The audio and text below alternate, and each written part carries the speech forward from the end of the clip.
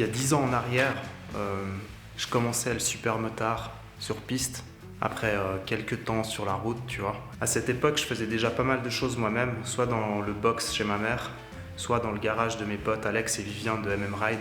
C'est d'ailleurs eux qui m'ont appris la plupart des choses que je sais en mécanique, même si je suis un peu une brêle et puis que je vais un peu au talent.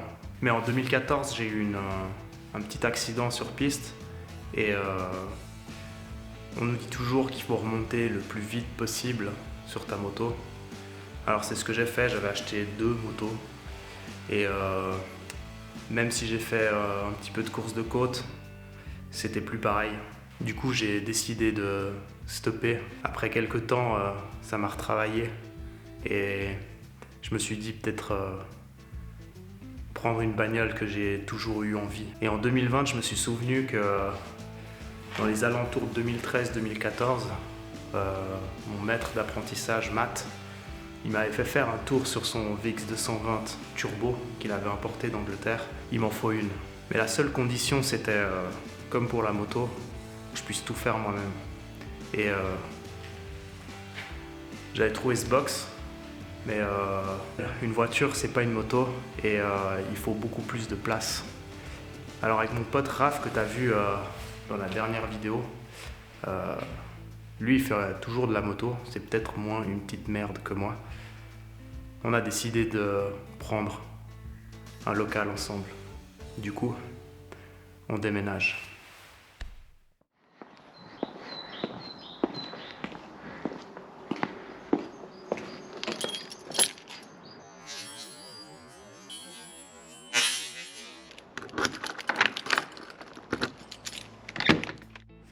Alors déjà, il n'y a pas de chauffage.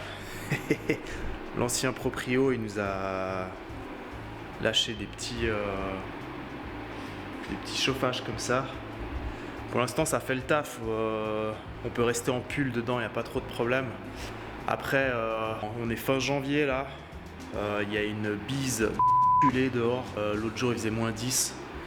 C'était assez chaud. Nous, on a eu le box que hier soir. Par contre, ce qu'il y a à faire, c'est surtout de la peinture. Rafraîchir un peu tout le bordel. Si tu regardes, les murs ils sont un peu cave là. On va essayer de faire ça le plus propre possible. On a acheté tout ce qu'il faut. Il y a aussi 2-3 trucs que l'ancien locataire il doit enlever. Je vais te montrer ça. Alors déjà il y a ce gros machin là-bas derrière, c'est un mur à peinture avec sa grosse aération dégueulasse là. Ça l'a dégagé normalement de main. Et puis là, je vais vite fait te montrer, c'est sa caisse. Je te le dis déjà, c'est pas du light, mais c'est bien lourd comme caisse.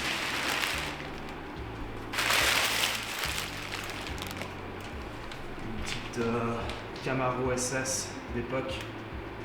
Bon, l'intérieur est vidé, on avait regardé un peu quand on est venu visiter le local. Elle est bien stylée quoi, elle est bien stylée, elle est en putain de bon état quoi, c'est abusé. Mais bon, c'est pas le sujet d'aujourd'hui, mais ça fait toujours plaisir de voir des belles pièces comme ça. Du coup, la vidéo elle va être assez simple. On va tout mettre en accéléré et puis je te montrerai l'avant-après. On se voit plus tard.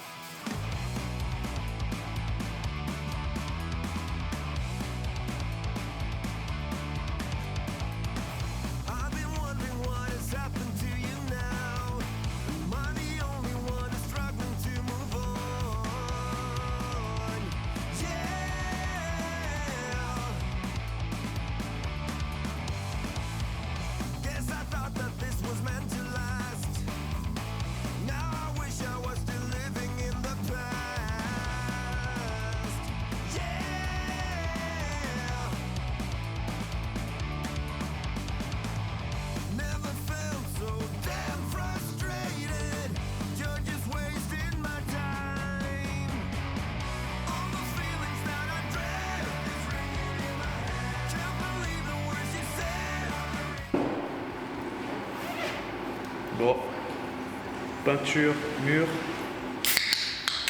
fait. Bon, maintenant, il faut qu'on pose les rideaux. Parce que le vis-à-vis, merci quoi. Donc, ouais, le vis-à-vis, c'est assez ouf quoi. Et puis après, nettoyer le sol. Ouais, il faut qu'on fasse les 4 murs de l'autre côté. On s'attaque à ce moitié là quoi. Parce que le sol, ça va être une histoire.